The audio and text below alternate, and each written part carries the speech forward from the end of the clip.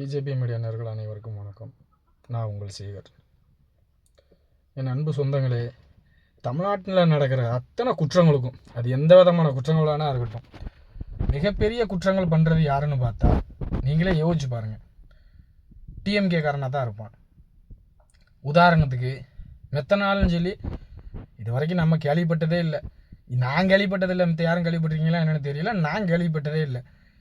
Methanol இந்த போதைப் பொருள், அந்த பவுடர் எதுன்னு சொல்லி கடத்துறது யார்? மிகப்பெரிய நெட்வொர்க் வச்சுருக்கிறது யார்? சாபர் சாதிக்குன்னு ஒரு போதைப் பொருள் கடத்தல் பண்ணேன். அவன் எங்கே இருந்தான்? டிஎம்கே. நல்லா யோசிச்சு பாருங்கள்.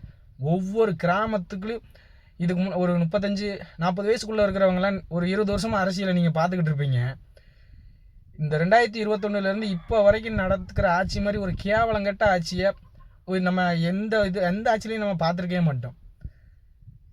இவரை மாதிரி ஒரு முதல்வரை உண்மையிலேயே உலகமே ஒரு கேவலமான ஒரு முதல்வர்னா அதுக்குள்ளே ஒரு தகுதி என்ன, அந்த ஒரு தகுதி தராதாரமே இல்லாத ஒரே முதல்வர்னா அது இந்த இப்போ இருக்கிற முதல்வர் தான்.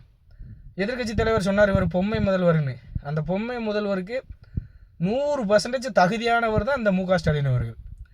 இவர் ஆட்சியில் எவ்வளோ ஒரு கேவலமான இந்த போதைப் பொருளில் அது எவ்வளோ பெரிய கெட்ட பேர் தமிழகத்துக்கு அசிங்கம். இந்தியா முழுக்க சப்ளை பண்ணுறது இந்த டிஎம்கே காரன் தான், இந்த சாபர் சாதிக்குன்னு ஒருத்தன். அது ஒவ்வொரு கிராம மக்களும் அந்த இப்போ வளர்கிற இளம் பிள்ளைகள் இளைஞர்கள் எவ்வளோ தவறான பாதைக்கு போயிடுவாங்க. அவன் தான் அப்படின்னு குற்றவாளின்னு கண்டுபிடிச்சிட்டாங்க. ஆனால் இந்த டிஎம்கே அரசாங்கம் அவனுக்கு முட்டு கொடுக்குது. அவன் மட்டுமா முட்டு கொடுக்குறான்? நீதிபதிகளை பூரா விலைக்கு வாங்கி வச்சுருக்காங்க. நீதிபதிகளை பூரா விலைக்கு வாங்கி வச்சுக்கிட்டு இவங்க சொல்கிறது தான் தீர்ப்பு. அது என்ன தப்பு என்ன ஏது இந்த நீதிபதிகள் அதை பார்க்குறதே கிடையாது. டிஎம்கே காரனா உடனே ஜாமீன், அந்த தப்பவே விசாரிக்கிறதே கிடையாது. என்ன ஒரு கேவலமான ஒரு ஆட்சி நடந்துக்கிட்டு இருக்குன்னு பாருங்கள். இது போதைப் பொருள் கடத்தல், கள்ளச்சாராயம். நான் சொன்ன மாதிரி தான், அந்த 30 to 40 வயசுக்குள்ளே இருக்கிறவங்க 20 வருஷமாக நீங்கள் அரசியலை பார்க்கலாம். ஒரு 3-4 ஆட்சிகள் நடக்குது நீங்கள் பார்த்துருப்பீங்க. அந்த ஆட்சியிலலாம் இந்த மாதிரி கள்ளச்சாராயம் குடித்த மரணம் கொத்து கொத்தா எங்கேயுமே நீங்கள் செத்துருக்கவே மாட்டீங்க. மரக்கணத்தில் 22 பேர், கள்ளக்குறிச்சியில் 69 பேர். இவங்க இதுலேயும் இது இறந்தது மட்டும் கை கால் இழந்து கிட்னி ஃபெயிலியர் ஆகி இன்னும் எவ்வளோ பேர் இருக்காங்க. அது இந்த ஆட்சியில் மாதிரி எந்த ஆட்சிலையும் நடக்கலை. இந்த கலாச்சாரம் காட்சினது யார்? மொசக்குட்டின்னு ஒருத்தன் நினைக்கிறேன். மொசக்குட்டி அவன் டிஎம்கேவோட ஒன்றிய செயலாளரோ நகர செயலாளரோ இருக்கான். அவனும் டிஎம்கே காரன். இப்பவும் அது கள்ளக்குறிச்சியிலே ஒரு இடத்துல டிஎம்கே காரன் காய்ச்சிக்கிட்டு இருக்கான். அதை தட்டி கேட்ட ஒருத்தனை வெட்டி கொண்டுட்டாங்க. அப்போ இந்த டிஎம்கே ஆட்சியில் தவறுகள் செய்கிறவனுக்கு மட்டும்தான் பாதுகாப்பு. இந்த கவர்மெண்ட்டும் இந்த போலீஸுக்காரங்களும் சரி, நீதிமன்றங்களும் சரி, இந்த தவறு பண்ணுறவங்களுக்கு அவ்வளவு நீ நல்லா தவறு பண்ணடா, நீ தவறு பண்ணிக்கிட்டே இருக்கணும். ஏன்னா இவங்க தவறு பண்ணால் தான் போலீஸுக்கு வேலை இருந்தால் தான் நீதிமன்றத்துக்கு வேலை. அப்படிங்கிறதுக்காக இந்த போலீஸும் நீதிமன்றங்களும் இந்த தப்பு பண்ணுறவங்களுக்கு அவ்வளவு ஒரு உறுதல். தென் தமிழகத்தில் நடக்கிற கொலைகளுக்கெல்லாம் காரணம் இந்த போதைப் பொருள் தான். அப்போ இந்த போதைப் பொருளை போதைப் பொருளை அதை சப்ளை பண்ணுறதே இவன் டிஎம்கே காரனாக தான் இருக்கிறான். இவன் சப்ளை பண்ணிட்டு என்ன சொல்கிறான்? அப்படியே அடுக்கடுக்கா இவனுக்கு மேலே முதல்வர் வீட்டு வரைக்கும் போகுது கமிஷன். அப்போ எங்கே விளங்கும் நாடு? நம்ம தமிழக மக்கள் சிந்திச்சு பார்க்கணும். இது போதைப் பொருளில் ஒன்று. பெண்களுக்கு எதிரான குற்றங்களை பாருங்கள். ஒரு பப்ளிக்காக ஒரு யூனிவர்சிட்டியில் ஒரு பல்கலைக்கழகத்தில் ஒரு மாணவி நைட்டு போலேயே எப்பமோ அவன் காலேஜ் தானே, அது அவன் காலேஜுக்குள்ளே அவங்க என்னவும் பண்ணிட்டு போகிறான். உனக்கு என்ன? அது காலேஜ் நிர்வாகம் பார்த்துக்கிறாதா? கல்லூரி நிர்வாகம் எதுக்கு இருக்குது? இந்த எச்சக்கால நாய் காலேஜுக்குள்ளே போய் அந்த பெண்ணை பாலியல் வன்புறவு பண்ணியிருக்கிறான். அதுக்கு இந்த விபச்சார மீடியாக்களும் விபச்சார காவல்துறையும் விபச்சார நீதிமன்றமும் அந்த பெண்கள் மேலேயே அந்த பெண் மேலே தான் தப்பு இருக்கிற மாதிரி அந்த கேஸை அப்படியே அந்த காவல்துறை டைவர்ட் பண்ணி விட்டுருச்சு.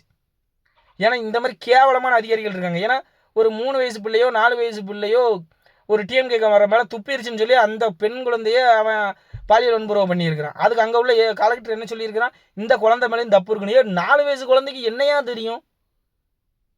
4 வயசு குழந்தைக்கு என்ன தெரியும்? அந்த குழந்தை இந்த டிஎம்கே காரன் ஒரு பாலியல் வன்புறவு பண்ணி அந்த குழந்தைய கொண்டுட்டான். நீங்கள் என் அன்பு தமிழ் சொந்தங்களே நல்லா யோசிச்சு பாருங்கள். தயவு செஞ்சு யோசிச்சு பாருங்கள்.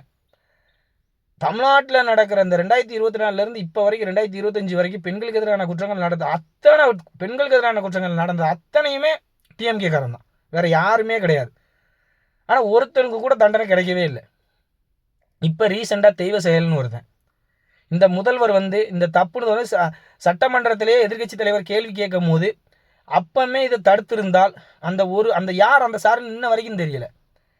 அந்த ஞானசேகரன் ஒருத்தன் மா சுப்பிரமணியன் கூட இருக்கிறான். அப்பாவு சபாநாயகர் அவரெல்லாம் ஒரு பொறுப்புள்ள பதவியில் இருக்காரு. அவர் என்ன சொல்றாரு, ஏன் தம்பி ஞானசேகரன் ஏதோ ஒரு சின்ன தப்பு செஞ்சதுக்காக பிடிச்சி போட்டாங்க அப்படிங்க. அப்போ நீங்களே யோசிச்சு பாருங்க. ஏன்னா இந்த டிஎம்கேல இருக்கிற எல்லாமே காம கொடுறனுங்க. பெண்களுக்கு நீங்கள் நல்லா யோசிச்சு பாருங்க. இந்த டிஎம்கே காரங்களோட 4 வருட சாதனைன்னு சொல்லி பெண்களோட ட்ரெஸ்ஸை அவுத்து குத்தாட்டம் ஆடுதாங்க. ஆனால் இதே பாரதிய ஜனதா கட்சி என்ன செய்யுது, ஒரு சோமியா குரேஷிங்கிற ஒரு முஸ்லீம் பெண்ணை வச்சு அவன் எப்படி தீவிரவாதி மோடி கிட்ட போய் சொல்லுன்னு அந்த சகோதரி கிட்ட சொன்னானோ, ஒரு தகப்பனா அதுவும் ஒரு என் பிள்ளைய வச்சு என் பெண் பிள்ளைகளை வச்சு உங்களை அடிக்கிறேன்டான்னு சொல்லி சோமியா குரேஷிங்கிற ஒரு சகோதரியும் வியாமிகா சிங்கின் ஒரு சகோதரியும் வச்சுமே அந்த தீவிரவாதிகளை கொண்டுட்டு வந்தார். பெண்களை எல்லையை காக்கிற எல்லை சாமியா பார்க்கறது பாரதிய ஜனதா கட்சி. பெண்களை எப்பயுமே தெய்வமாக நம்ம பார்த்துக்கிட்டு இருக்கிறோம். பெண்கள் எந்த இடத்துலையும் வீட்டுக்குள்ளே அடைஞ்சு கிடக்கக்கூடாது. நீ நல்லா படி, நீ வேலைக்கு போ, உனக்கு நீ போலீஸாக போறியா போலீஸாகு, மிலிட்ரிக்கு வரையா மிலிட்ரிக்காவு, கப்பற்படைக்கு போறியா அங்கே போ அப்படின்னு சொல்லி பெண்களோட திறமையை ஊக்குவிச்சுக்கிட்டு இருக்குது பாரதிய ஜனதா கட்சி. ஆனால் இவனுங்க நிறைய வீடியோவில் சமூக வலைதளங்களில் என் தமிழ் சொந்தங்களை நீங்கள் பார்க்கலாம். நிறைய வீடியோ பெண்களை பூரா இவனுங்க வச்சிருக்கிறது காமத்துக்கு தான் வச்சிருக்கிறான். இவனோட பெண் சுதந்திரம் என்ன, குடிக்கணும், பல பேர் கூட நீ கல்யாணம் முடிச்சிடக்கூடாது, பல ஆண்களோட தொடர்பு வச்சுக்கிறணும், ட்ரெஸ்ஸை அரையும் குறையுமா போடணும், இதுதான் இவன் பெண் சுதந்திரம். எங்களோட பெண் சுதந்திரம் என்ன தெரியுமா, நீ நல்லா படி, பாரதிய ஜனதா கட்சியோட கொள்கை நல்லா படி, படிக்கிறது உனக்கு திறமை இருக்கா நல்லா படி, விளையாட்டில் திறமை இருக்கா நல்லா விளையாடு, நாட்டுக்கு நல்லது உண்டு பண்ணணும்னு சொல்லி பெண்கள் அப்படி ஒரு நம்ம எல்லையை காக்கிற சாமி மாதிரி நம்ம எங்கள் பாரதிய ஜனதா கட்சி நடத்திக்கிட்டு இருக்குது. மத கலவரத்தை யார் தூண்டி விடுறா? இன்னைக்கு போட்டிருக்கான் ஒரு வில்சன் சொல்லி மேல் சபை இதுக்கு மாநிலங்களவை உறுப்பினர் தேர்ந்தெடுத்ததுக்கு கிறிஸ்டின்கள்லாம் ஒரு இது பண்ணிட்டாங்க. அப்போ மத கலவரத்தை தூண்டி விடுறது யார்? இந்த டிஎம்கே காரன் தான்.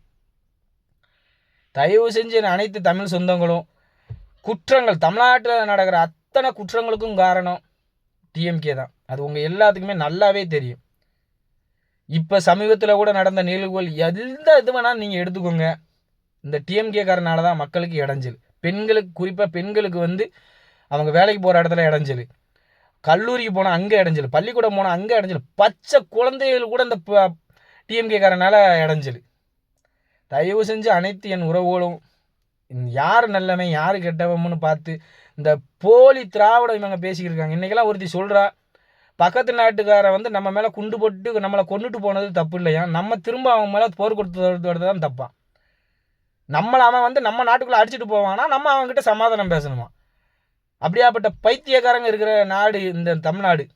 பைத்தியக்காரங்களாக இருக்கிறோம். இன்றைக்கி இந்த கம்யூனிஸ்ட் கட்சிக்காரன் ஒருத்தர் சொல்லியிருக்கிறான், காசாவில் கொண்டு போகிறத அதை நிறுத்த சொல்லி நாங்கள் போராட்டம் பண்ண போகிறோமுங்க. எல்லாம் முட்டா பயல்களா? காஷ்மீரில் நம்ம தமிழ்நாட்டில் உள்ளதவே 2 பேரை சுட்டு கொண்டானடா முட்டா பயல்களா? உண்டியல் குலுக்கிகளா?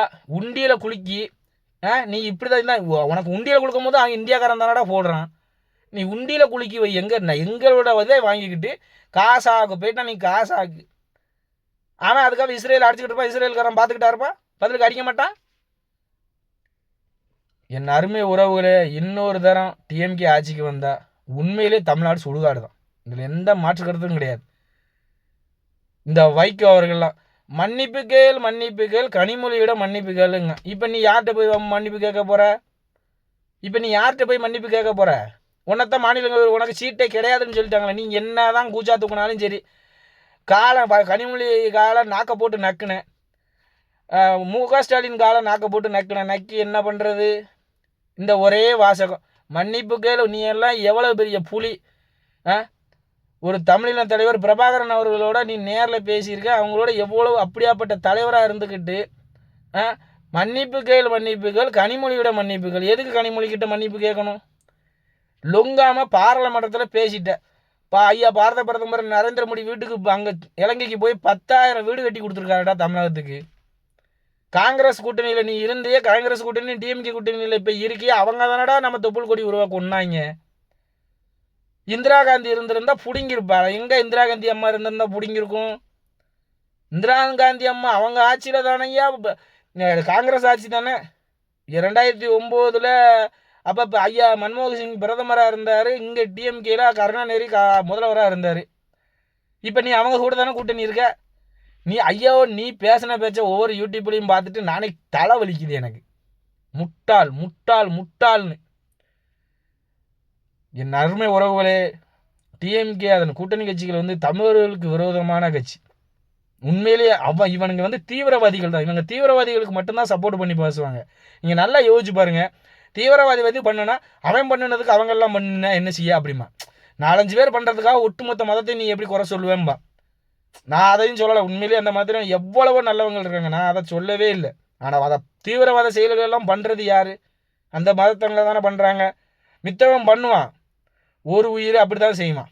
இப்படி மொத்தமாக அப்பாவி மக்களை கொல்லவே மாட்டான்.